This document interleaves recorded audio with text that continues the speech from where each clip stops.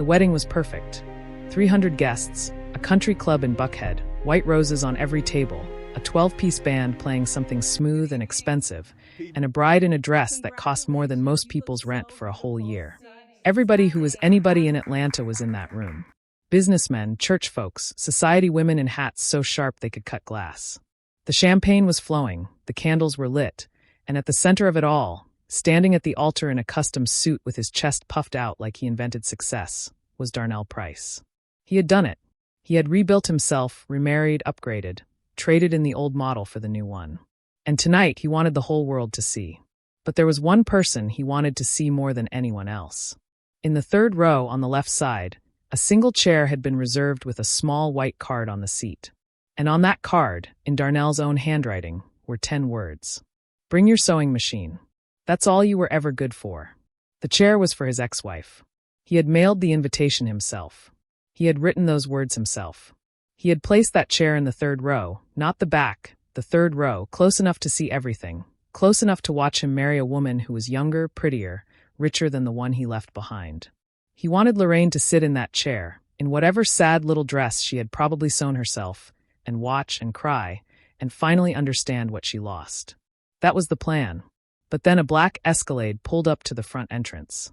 And it did not look like it belonged to anyone on the guest list. 2 men stepped out first, both in dark suits, both built like they moved money for a living.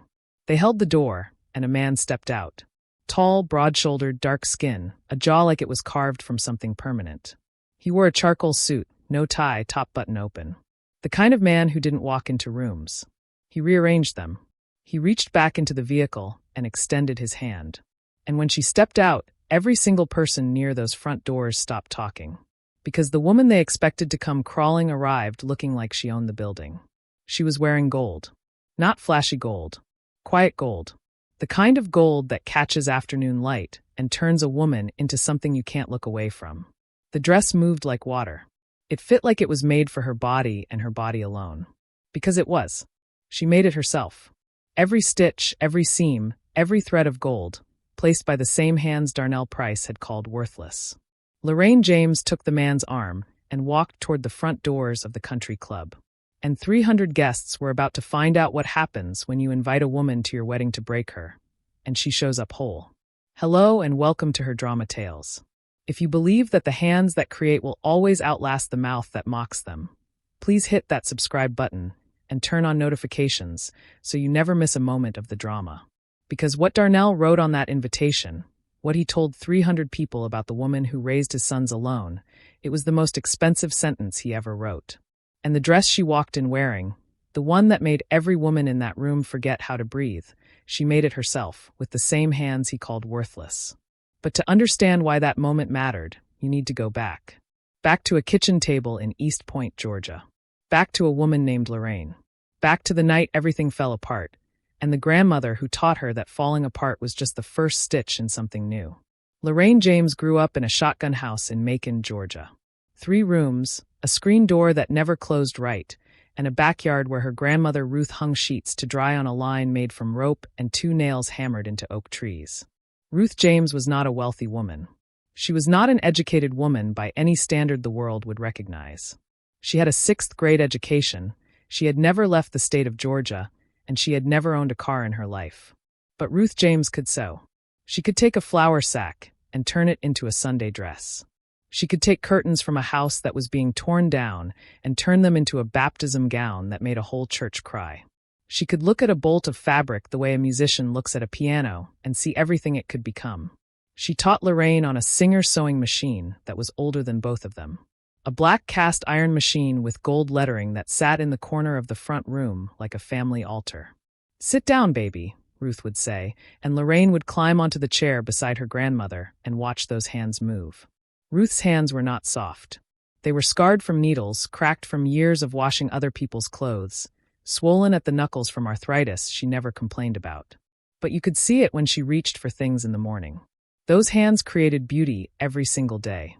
And one evening, when Lorraine was maybe 9 years old, sitting beside her grandmother, watching her stitch a hem so precise it looked like it was printed, not sewn, Ruth stopped and looked at her granddaughter. "Baby, the Lord gave you hands that create. Don't you ever let nobody make you ashamed of what your hands can do. Some people talk, some people build. You come from builders. You hear me? Yes, ma'am. Ruth smiled. That slow, deep smile that grandmothers give when they're not just talking to you. They're talking to your future. One more thing, she said. People gonna look at your hands and see small work. They gonna call it sewing or mending or playing with scraps. Let them. That's what they see. But what you're really doing is making something from nothing. And baby, there ain't no power in the world greater than that. Lorraine carried those words like stitches in her chest. Invisible. Holding everything together. By the time she was 22, Lorraine could sew anything. Wedding dresses, prom gowns, choir robes, Sunday suits.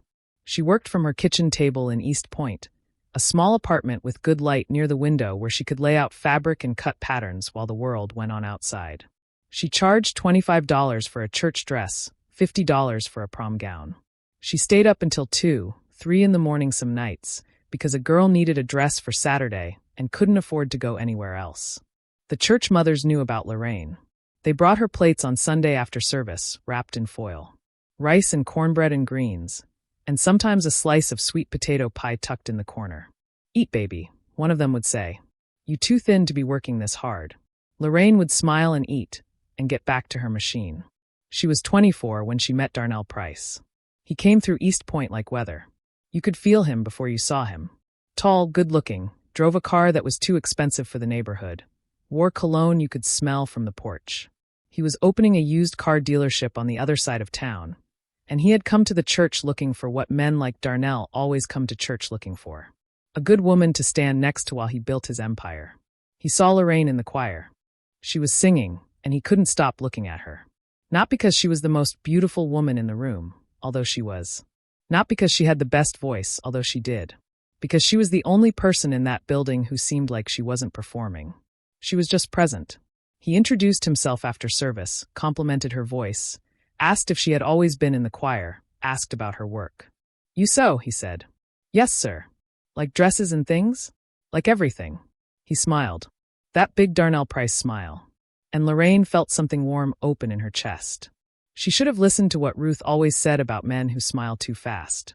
Baby, Ruth had told her once, a man who smiles before he knows you is practicing, not feeling. Be careful with the ones who got their charm preloaded. But Lorraine was 24 and lonely, and Darnell was persistent. He came back to church every Sunday for 6 weeks. He brought her flowers. He sat in the back pew and watched her sing. He took her to dinner at a restaurant she could never afford. And he listened when she talked about her grandmother, about sewing, about her dreams of opening a real shop one day. I love that, he said. Your passion. That's what's going to make us great. Us. That word felt like a door opening. They married 7 months later. Courthouse wedding, small. Darnell said they would have a big celebration later, when the dealership took off. The big celebration never came. The real Darnell did. It started small. Comments about her cooking. My mama makes better greens than this, but it's fine, it's okay. Comments about her clothes. Baby, you can't wear homemade to the dealership Christmas party. People are going to think I can't take care of you. Comments about her work. You're still sewing? That's cute. But when are you going to get a real job? Something that actually brings in money. Each comment was a thread being pulled. Slowly, carefully, until the fabric of who she was started to come apart. By the time the twins were born, 2 boys, Caleb and Marcus Jr., she called him MJ. Lorraine had stopped sewing, stopped singing, stopped going to choir practice, stopped seeing her friends. Stopped doing anything that wasn't cleaning, cooking, and trying to be enough for a man who had decided she wasn't. Darnell was never home. He was networking, building the brand, doing whatever men who are building brands do at 11 o'clock at night. She found the texts on his phone. For different women. When she confronted him, his response was the thing that broke her. And what are you going to do about it? Leave. Go where, Lorraine? You got no money, no job, no family here. Your grandmother is dead, and you got nothing without me. Nothing. He said it like he was reading the weather. And the worst part, she believed him. For 2 more years, she stayed. 2 more years of insults, of other women's perfume on his collar, of being told she was nothing. Until the night he came home drunk and grabbed her arm so hard it left a bruise the shape of his fingers. That was the line. She took the boys and left that night, with a diaper bag and the clothes on her back. No money, no plan, no destination. She slept in her Camry for 2 nights at a rest stop outside the city. The boys in their car seats. She didn't sleep. She just watched them breathe and promised them in the dark that she would figure this out. A woman at a gas station saw her with the babies, asked if she was okay, connected her with a shelter. From there, Lorraine rebuilt. Piece by piece. Stitch by stitch. The divorce was brutal. Darnell fought for everything. Claimed she was unstable, claimed she abandoned the home. The judge saw through most of it, but Darnell had hidden his money well and his lawyer was expensive. Lorraine walked away with custody of her boys, $400 a month in child support, and nothing else. And Darnell took her sewing machine. Ruth Singer. The black cast iron one with gold lettering. The one her grandmother had taught her on. The one that had been in the family for 40 years. He took it because technically it was purchased during the marriage. He took it because his lawyer said he could. He took it because he wanted her to know that he could take everything, even the things that mattered most. Lorraine stood in the parking lot of the courthouse watching Darnell's assistant load the machine into the back of his truck. Darnell walked past her and said, "Enjoy your little apartment, Lorraine. Enjoy your little life while I enjoy mine." She didn't cry. She hadn't cried in a very long time. She went to Goodwill that afternoon. Not for a sewing machine. She couldn't afford one. She went for fabric. She had $11 in her pocket, and she needed material to make the boys' pajamas for winter because she couldn't afford to buy them. She was in aisle 3, pulling a bolt of navy cotton from the bottom shelf, when she heard a voice. "Excuse me. Do you work here?" She looked up. A man stood over her. Tall, broad-shouldered, dark skin, wearing jeans and a plain black t-shirt and work boots that had actual dirt on them. Nothing flashy, nothing expensive. But something about the way he stood there was different. Calm, grounded, like a man who didn't need to prove anything to anyone. "No," she said, standing up and brushing off her knees. "But I practically live in this aisle, so I might be able to help." The man smiled. "I'm looking for something durable for a project. I'm restoring a truck. The seat covers need replacing." Lorraine's hands moved before her brain caught up. "You want heavy canvas or vinyl? Depends on if you want it to breathe or just last." The man stared at her. "How do you know that?" "I'm a seamstress. I know fabric the way a mechanic knows engines." He laughed. A deep, real laugh. The kind that comes from a man who has forgotten how to be surprised by people, and just remembered. "I'm James," he said. "James Mitchell. Lorraine. Just Lorraine." "Just Lorraine, huh? For now." They walked through the store together. She helped him find the right material. They talked about trucks, about fabric, about the cost of laundry detergent at Goodwill versus the store across the street. About nothing and everything. It was the easiest conversation she'd had in years. At the register, James turned to her. "Lorraine, I know this is forward, but can I take you for coffee? There's a place down the road that makes the best sweet tea in the county." She hesitated. Every part of her screamed no. The last man she trusted destroyed her. She had walls now. Thick ones built from pain. But something about James's eyes. They were patient. They didn't demand anything. "Just coffee," she said. "That's all." "Just coffee," he agreed. It wasn't all. But neither of them knew that yet. The coffee became a second coffee, then a walk in the park, then dinner at a small restaurant where the owner knew James by name. Each time, Lorraine learned a little more. James was from Macon, same as her. Grew up poor, same as her. Lost his mama young, same as her. He said he worked in construction, something about contracting. He was vague about the details. Lorraine didn't push. She wasn't interested in his money. She'd married money before, or the illusion of it, and it nearly killed her. What she was interested in was how he treated her. He listened. Actually listened. Not the fake listening Darnell used to do, where he'd nod while scrolling his phone. James put his phone in the truck when they were together. He asked about the boys. He remembered that Caleb liked dinosaurs but not the scary ones, and that MJ was afraid of the dark but wouldn't admit it. He remembered that Lorraine's favorite color was gold, because it reminded her of the lettering on her grandmother's sewing machine. He remembered everything, and he never once made her feel small. One evening, after their 5th time getting coffee, Lorraine was sitting on her apartment floor, hand-stitching a dress while the boys slept. Her phone buzzed. "James, I had a good time today. Your boys are special. You're raising them right. Good night, Lorraine." She stared at that message. Read it 3 times. And for the first time in years, she cried. Not from pain.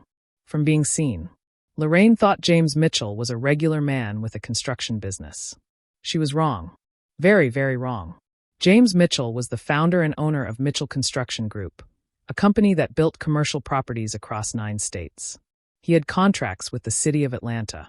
He had built 2 hospitals, a university dormitory, and the new wing of the convention center downtown. His company was worth $600 million. He lived in a house in Druid Hills that had 7 bedrooms. He had a private driver he almost never used. He had a collection of trucks because he loved trucks. And he had more money in one savings account than Darnell Price would make in 10 lifetimes. But you would never know it. James drove a 15-year-old F-150 that he refused to get rid of because it was the first truck he ever bought with his own money. He wore work boots because he still visited his job sites every morning. He ate at small restaurants and tipped 40%. He knew his barber's children's names. Because James had learned something the hard way. His first wife, Denise, had been beautiful, charming, perfect in every way. Until the money hit a rough patch. 3 years into their marriage, a major project fell through. James lost $8 million in 1 quarter. Denise didn't wait to see if he'd recover. She filed for divorce, took $4 million, married a banker in Charlotte 4 months later. She never loved James. She loved his lifestyle. After that, James changed. He stopped wearing the expensive watches. He stopped driving the luxury cars. He stopped advertising what he had. He wanted to find someone who loved him. Not the money, not the company, not the lifestyle. Just him. And then he walked into a Goodwill on a Tuesday afternoon and met a woman on her knees in aisle 3, searching for fabric to make her boys' pajamas, because she couldn't afford to buy them. A woman who helped a stranger pick truck upholstery without knowing he could buy the entire store. A woman who agreed to coffee, just coffee, with a man she thought was ordinary. That's when James knew. But he wasn't ready to tell her yet. He needed to be sure. Not sure about her. He was already sure about her. Sure that when the truth came out, it wouldn't change what they had. So he waited. He kept showing up in his jeans and work boots, kept driving his old F-150, kept being the simple man she met in aisle 3. And with every passing week, he fell deeper. Not because she was beautiful, although she was. Not because she was talented, although Lord, she was talented. Because she woke up every morning and chose to keep going, when the world had given her every reason to stop. The way she loved those boys, with a fierceness that made his chest ache. The way she sewed late into the night, turning scraps into something beautiful, turning pain into purpose.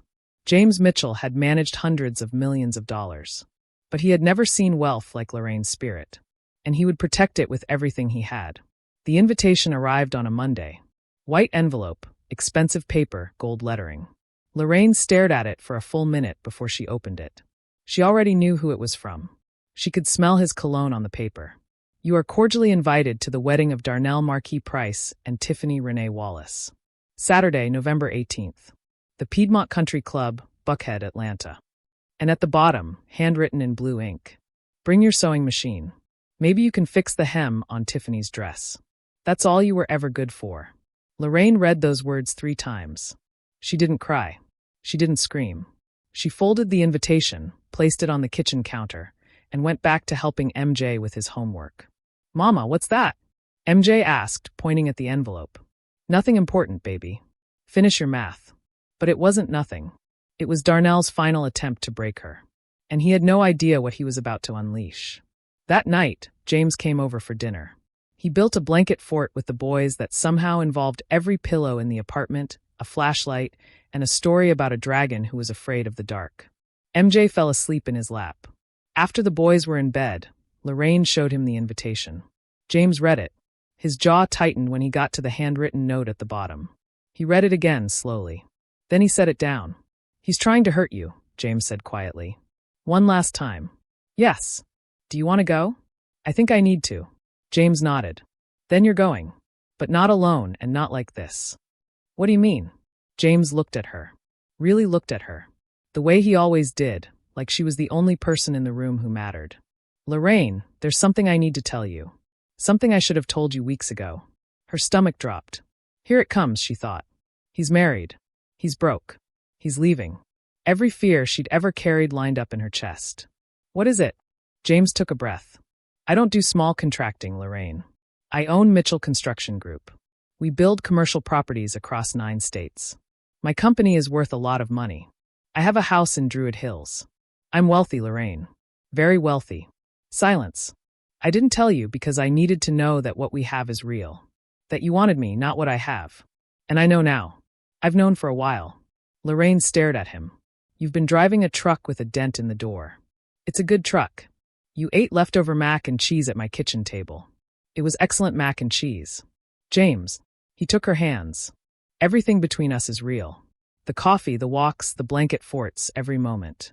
I just happened to not mention a few bank accounts. A few? Lorraine laughed. It burst out of her loud, messy, uncontrollable.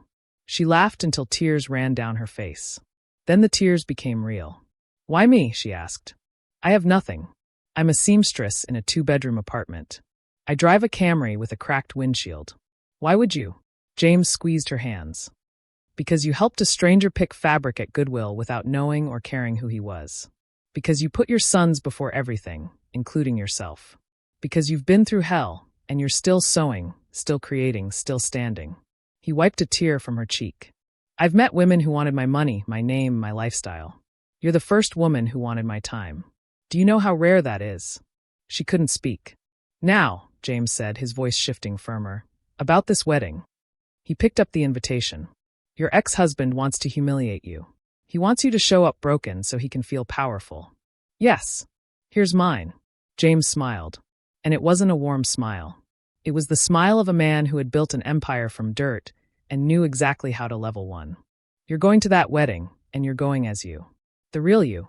The woman he was too stupid to see. And I'm going to make sure that when you walk through those doors, every person in that room understands exactly what Darnell Price threw away. Lorraine looked into his eyes. Do you trust me? He asked. Yes, she said. Then leave everything to me. But one thing, Lorraine said. What? The dress I wear that night. I make it myself. James studied her face. With these hands, she said, holding them up. The same hands he said were only good for fixing hems. I want every person in that room to see what these hands can do. James took her hands and kissed them. Then you better start sewing. November 18th arrived. The Piedmont Country Club was dressed like a palace. Crystal chandeliers, a string quartet, imported flowers everywhere. 300 guests in their finest. Everybody who mattered in Atlanta's social world was in that room. Darnell stood at the altar, scanning the crowd. He was looking for one face. Lorraine. He needed her there. Needed to see her in some sad little homemade outfit, sitting in that third-row chair, watching him marry Tiffany Renee Wallace. 28 years old, Instagram model, 180,000 followers, a body that stopped conversations, and a smile that cost $30,000 in cosmetic work. He needed that victory. The ceremony began. Tiffany walked down the aisle. Guests applauded. But Darnell's eyes kept drifting to the third row. The chair was empty. His jaw tightened. She's not coming, his brother whispered. She'll come, Darnell said. She has to. The minister began his opening words. 5 minutes passed. 10 minutes. The chair stayed empty. The minister reached the vows. Do you, Darnell Marquis Price, take Tiffany? And then a murmur rippled through the crowd. It started at the back, near the doors. Heads turned. Phones came out. Someone whispered, "Oh my God." Darnell looked toward the entrance. Through the glass doors, he could see the front driveway. A black Escalade had pulled up. Not a regular Escalade. A custom one, blacked out, the kind that costs more than most people's houses. 2 men stepped out first. Dark suits, earpieces, built like they moved money for a living. They held the door. A man stepped out. Tall, broad-shouldered, dark-skinned, charcoal suit, no tie. The kind of man who didn't enter rooms. He rearranged them. He walked around to the other side, opened the door himself, extended his hand. And she stepped out. But not the Lorraine they expected. Not the broken woman in a homemade dress. This Lorraine was wearing gold. A gown that caught the November light and turned her into something that made the air leave the room. It was hand-stitched, every thread placed with intention. The fabric moved like it was alive. It fit her like it had been dreamed, not measured. Because she had dreamed it. She had sewn it over 3 weeks, sitting at her kitchen table after the boys went to sleep. Stitch by stitch, thread by thread, gold thread that she found at a fabric store on Buford Highway. The same shade as the lettering on her grandmother's Singer. The sewing machine Darnell took from her. She made that dress with hands he called worthless, in fabric that cost $40, and it looked like it belonged on a runway. She took James's arm, and they walked toward the front doors. Inside, 300 guests watched through the glass. Nobody breathed. Darnell's face went through 6 things in 3 seconds. Confusion, disbelief, recognition, shock, fear. And then horror, because he recognized the man beside his ex-wife. Everybody in Atlanta's business world knew James Mitchell. His face had been in the Atlanta Business Journal, in Forbes, in the paper that sat on Darnell's own desk at the dealership. James Mitchell wasn't just successful. He was the kind of successful that made Darnell's dealership look like a lemonade stand. And he was standing next to the woman Darnell had invited here to cry. Tiffany leaned toward Darnell. "Who is that?" she whispered. Not with concern. With interest. The glass doors opened. Lorraine walked in, and the room went silent. She walked down the center aisle, not fast, not slow, like a woman who had all the time in the world. James walked beside her, his hand resting on the small of her back. Not possessive. Protective. She reached the 3rd row. Her chair. The one with the card on it. She looked at it. Then she looked at Darnell. And she smiled. Not a bitter smile. Not a vengeful smile. A peaceful smile. The smile of a woman who had walked through fire and come out gold. "Hello, Darnell," she said calmly. "Thank you for the invitation." Darnell's mouth opened. Nothing came out. Tiffany stared at Lorraine's dress, her jewelry, her man. And for the first time in her adult life, she felt something she had never felt before. Inadequate. "Aren't you going to introduce me to your bride?" Lorraine asked. Darnell swallowed. I what? How did I what? Afford to show up?" She tilted her head. "You seem surprised. Wasn't that the point? You wanted me here. So here I am." James extended his hand. "James Mitchell," he said. "You must be the ex-husband. I believe we've done business, actually. Your dealership sold my company 12 trucks last year." Darnell shook his hand on autopilot. His grip was weak. His palm was sweating. 12 trucks. His fleet account. His biggest fleet account, standing next to the woman he invited here to humiliate. Lorraine sat down in the 3rd row chair. James sat beside her like they were settling in. The minister cleared his throat. Where were we?" Darnell held up his hand. "Wait." He turned to Lorraine. "Who is this man? Where did you meet him? Is this some kind of joke?" The crowd shifted uncomfortably. Lorraine crossed her legs calmly. "Darnell, you're in the middle of your wedding. Your bride is standing right there. Maybe you should focus on her. Don't tell me what to focus on. You show up here with bodyguards and an Escalade. You, the woman who couldn't afford to buy the boys new shoes. Where did you?" "I got nothing from anyone," Lorraine said firmly. Her voice was quiet, but it carried through the entire room. "The dress I'm wearing, I made it myself. With these hands." She held them up. "The same hands you called worthless. The same hands you said were only good for fixing hems." The room was dead silent. "This man beside me," Lorraine continued, "he found me. Not because I was rich or beautiful or connected. Because I was real. Because I was honest. Because I sewed gold thread at 2 a.m. while our boys slept. He saw what you were too blind to see. And this invitation." Lorraine pulled it from her clutch and held it up. "You wrote, 'Bring your sewing machine.' That's all you were ever good for." She let the words sit in the air. "So I brought what my hands can do." She gestured at her dress. "And now everyone here can see exactly what these hands are worth." She placed the invitation on the empty seat beside her. "The question is, Darnell, can you see what you threw away?" She glanced at James. James didn't say a word. He didn't need to. His presence said everything. 300 guests stared at Darnell.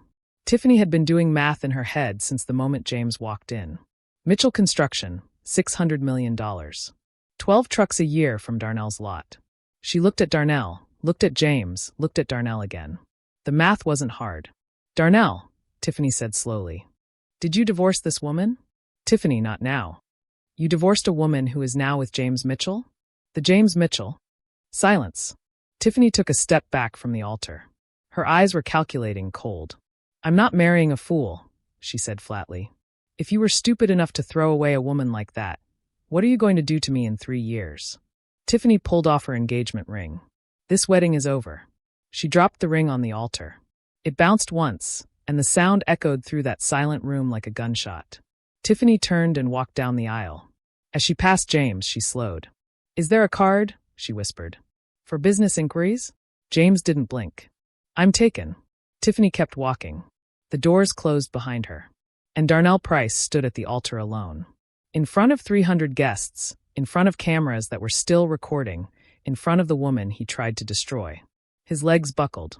He grabbed the altar to keep from falling. "Lorraine," he whispered. "Please. I made a mistake." Lorraine stood. "You didn't make a mistake, Darnell. You made a choice. Every insult was a choice. Every woman was a choice. Every time you told me I was nothing, that was a choice. You took my grandmother's sewing machine because you could. That was a choice." She picked up her clutch. "And now I'm making mine." She took James's arm. "I choose to walk away. Not because I'm angry, but because I finally know my worth. And it's not measured by your approval." They walked up the aisle together. 300 guests watched in absolute silence. When they reached the doors, Lorraine stopped. She turned back one last time. "Oh, and Darnell? My Camry runs fine now. I got the windshield fixed." She smiled and walked out. Darnell Price's world collapsed in the weeks that followed, the way things collapse when the foundation was never real to begin with. James Mitchell pulled the fleet contract from the dealership. $2 million a year, gone overnight. When other businesses heard why, they followed. Nobody wanted to be associated with the man who humiliated his ex-wife at his own wedding and got destroyed for it. Tiffany married a dentist in Savannah 4 months later. She posted about it constantly. The comments under every post were the same. "Weren't you the one who walked out of that wedding?" She eventually turned off comments. Darnell's dealership closed within 8 months. Without the Mitchell contract, without the other accounts that followed, the debt swallowed everything. The lot, the inventory, the building with his name on the sign. Last anyone heard, he was selling cars at someone else's dealership on the south side, living in an apartment above a laundromat, driving a 10-year-old Nissan he couldn't trade in because nobody was offering. The man who once told his wife she was worthless became exactly that. James proposed to Lorraine on Christmas morning. Not at a restaurant. Not at a gala. At her kitchen table. The boys were still asleep, and Lorraine was sewing a dress for a girl at church who needed something for her school dance and couldn't afford one. James set a small box on the table next to her thread. She opened it. A gold band. Simple, elegant. Engraved on the inside, "Goodwill, aisle 3. Lorraine said yes before he finished the question. They married in the spring. Small ceremony, 60 people at their church. The same church where Lorraine used to sing in the choir. Lorraine made her own dress. Gold fabric, hand-stitched, every thread placed with intention. The same gold thread from Buford Highway. It was the most beautiful dress anyone had ever seen. Not because of the design. Because of who made it. James's mother flew in from Macon. She took one look at Lorraine, then she looked at her son. "This one is real," she said. "Don't you dare mess this up." James laughed. "I won't, Mama. I'm not talking to you." She turned to Lorraine. "I'm telling you. Don't let my son mess this up. Men are foolish. Even the rich ones. Especially the rich ones." Lorraine laughed so hard she snorted. 3 months after the wedding, James did something that made Lorraine cry for an hour. He didn't propose again. That was already done. He took her to a building in East Point. A beautiful space on the main street, with big windows and good light. The kind of light her grandmother always said made people feel like they could think clearly. "What is this?" Lorraine asked. "Your shop." "My what?" "Grandmama Ruth's," he said. "I had it registered last week. This is the space, the sewing machines, the fabric, the cutting tables. That's all here. But the vision, the designs, the purpose? That's all you." Lorraine walked through the space slowly, running her fingers along the tables, the machines, the racks. In the corner, there was a small glass case. And inside the case, sitting on a piece of velvet, Ruth Singer. The black cast-iron sewing machine with gold lettering. The one Darnell took. James had found it at an estate auction. Darnell had sold it along with everything else when the money ran out. He never knew what it was worth. He sold it for $75. James bought it back for $75 and put it in a glass case with a small card that read, "These hands create. Ruth James." Lorraine broke down. She pressed her face into James's chest and cried. The way you cry when something that was taken from you comes home. Grandmama Ruth's opened 6 months later. Lorraine's first collection was prom dresses for girls who couldn't afford them. Free of charge. Every dress hand-sewn. Every girl measured and fitted like she was the only client in the world. The Atlanta Journal-Constitution called it the most important small business to open in East Point in a decade. But the moment that mattered most to Lorraine wasn't the article. It was the night Caleb and MJ visited the shop for the first time. They ran through the space, touching everything, eyes wide. "Mama," MJ said, "did you make all of this?" "Every single stitch." Caleb tilted his head, the way boys do when they're trying to understand something bigger than themselves. "Are we rich now, Mama?" Lorraine knelt down and looked at her sons. "We were always rich, baby. We just didn't know it yet." And that is the lesson of this story. Your value doesn't decrease because someone fails to see it. The people who try to break you are always the ones who can't build anything themselves. And sometimes the best revenge isn't revenge at all. It's becoming everything they said you couldn't be, and letting them watch. We have come to the end of the story. If this journey reminded you that what your hands create will always be worth more than what someone else's mouth destroys, please leave a love in the comments, like this story. Share it with someone who needs to remember that their quiet strength is not weakness, it is power. And subscribe to her drama tales so you never miss a moment of the drama.